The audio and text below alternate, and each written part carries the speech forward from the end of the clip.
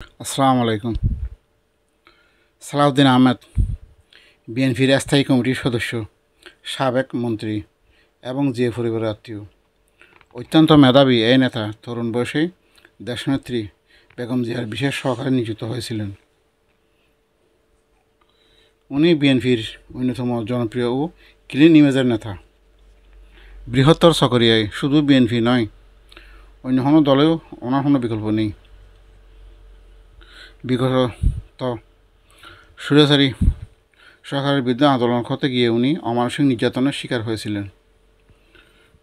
বিগত স্বৈরাচারী সরকার বিএনপির শীর্ষ পর্যায়ে কয়েকজন মেধাবী নেতাকে নিচ্ছিন্ন করার মিশনে নেমেছিল, যাতে বিএনপি দুর্বল হয়ে যায়, বিএনপির মেরুদণ্ড ভেঙে যায়।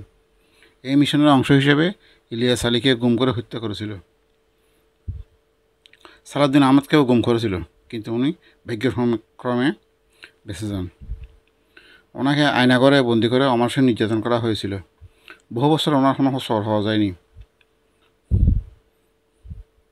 অমানসিক নির্যাতন করে অসুস্থ অবস্থায় ওনাকে ভারত সীমান্তের জঙ্গলে ফেলে দেওয়ার খবর ওই সময় বিভিন্ন নিউজ মিডিয়াতে প্রকাশিত হয়েছিল।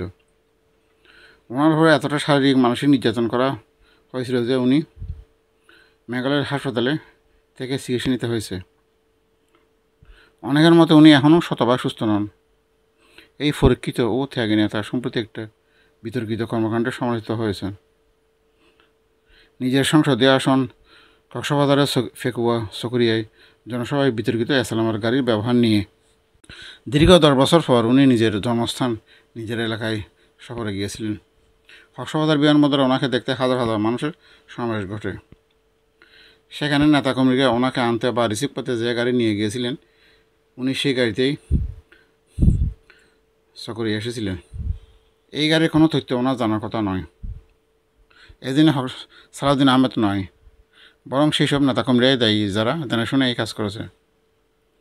বর্তমানের পরিবর্তিত পরিস্থিতিতে সালাউদ্দিন আহমেদের মতো ক্লিন ইমেজের নেতা জেনে শুনে একজন বিতর্কিত ব্যক্তির গাড়ি ব্যবহার করবে, তা ভাবা যায় না।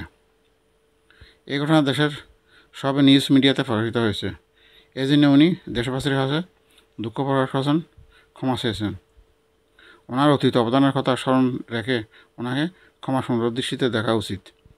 ধন্যবাদ।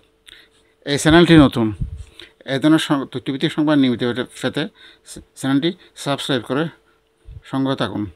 লাইক, কমেন্ট, শেয়ার করুন।